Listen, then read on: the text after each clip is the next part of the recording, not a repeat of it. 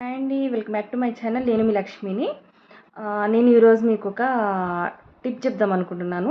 ఇది కిచెన్‌కి సంబంధించిన చిట్కా అండి. అలాగే కానీ ప్రతి ఒక్కరికి యూజ్ అయ్యే చిట్కా. అదేంటంటే మనము పాలు పెడతాం కదా! స్టవ్ మీద పాలు పెట్టినప్పుడు మనం ఎంత జాగ్రత్తగా చూసినా కూడా లాస్ట్‌కి జస్ట్ 1 సెకండ్‌లో అవి పొంగిపోవడం, స్టవ్ మొత్తం ఖరాబ్ అయిపోవడం చూస్తూ ఉంటాము. ప్రతి ఒక్కరు ఫేస్ చేసిందే ఇది.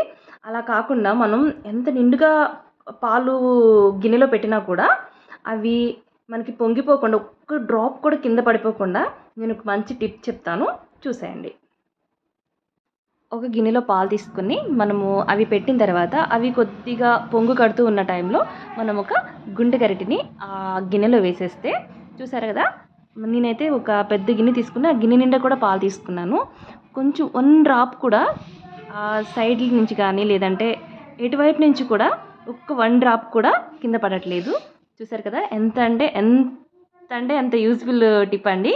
మీకు కనుక నచ్చినట్లయితే మీరు కూడా ట్రై చేయండి. అలాగే మీకు నచ్చినట్లయితే నా వీడియోని లైక్ చేయండి, షేర్ చేయండి, సబ్స్క్రైబ్ చేయడం మాత్రం మర్చిపోవద్దండి.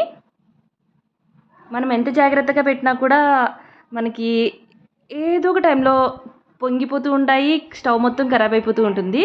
చూసారు కదా ఎంత బాగుందో. ఒక్క 1 డ్రాప్ కూడా మీకు కింద పడట్లేదు. Thank you for watching. Bye bye.